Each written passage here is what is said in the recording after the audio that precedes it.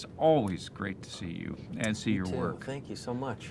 Let's talk about the art of this. Mhm. I was thinking, in a way, the concept of this is very much like the complexity that an actor has to bring to a role.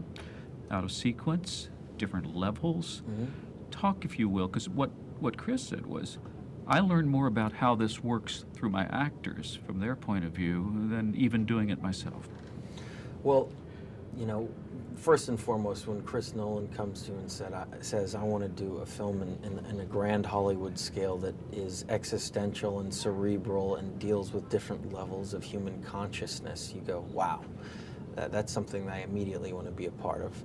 But I didn't, you know, from initially reading the screenplay to what we see now was a very extensive process, because, you know, we talked for months and months about not only the rules of the dream world that he wanted to create in this film, but what this character's journey was. And that's what really hooked me. That's what was really the most fascinating thing. I mean, it is like this giant psychoanalysis. The further you go into these different levels of the dream world, the closer and closer my character comes to terms with this cathartic truth about who he is.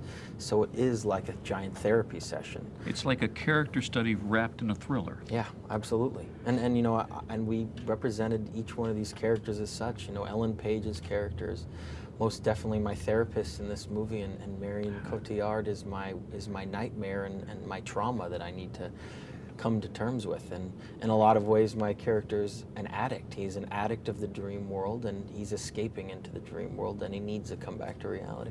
As you talk about it, it's a question that seems obvious to me.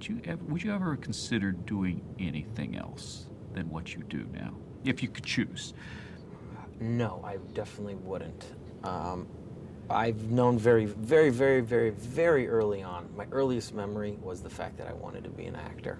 That's the first memories that I had, besides, you know, wanting to hug my mom and dad, is that I want to do this.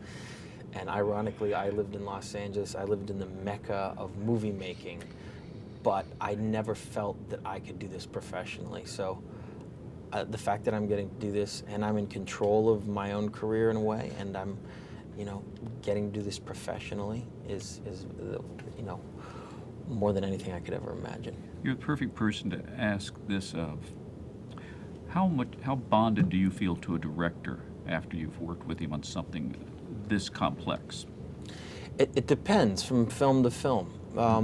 It depends on the director's personality too. I've thankfully gotten to work with a lot of directors that are collaborative, and that's what that's what's I've kind of realized as I've grown up in this industry. I started off very much looking at the director as a father figure or a brother figure, and whatever they say, I do.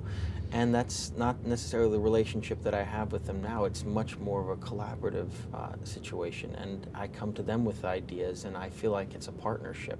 And thankfully, I've gotten to work with people that, you know, want to hear my ideas, and that's, you know, that's as much a part of acting as anything else, is being able to put your imprint and take full responsibility for the character you put up on screen. Have you ever lost the thrill of hearing an audience react to you?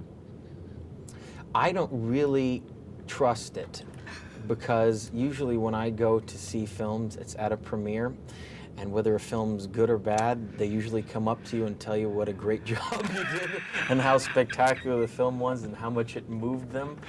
So, you know, I haven't gone to see one of my films in a little while with a normal audience. Maybe this will be one of them. But I usually see the film a couple times at a couple premieres, and I don't see them for a while. So I don't usually trust those types of reactions from the premieres, at least. Leo, thank you very much. Thank you, buddy. Always I'm a pleasure Pappy Stone. talking to you. It's a pleasure talking to you.